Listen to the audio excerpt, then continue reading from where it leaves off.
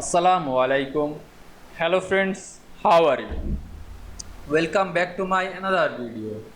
In this video, I am going to show you how to write align text in Adobe InDesign. Let's get started. At first, you have to open your Adobe InDesign software. Then open your document or create your document. Now you can see here are my document.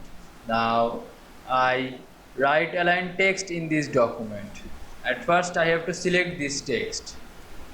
Then go to properties option. Now you can see here are paragraph option. Now I choose this align to right. Now select this selection tool and click outside of this text box. Now you can see I write align text in Adobe InDesign very easily. I hope you enjoyed my video. Please like, comment, share and subscribe my channel.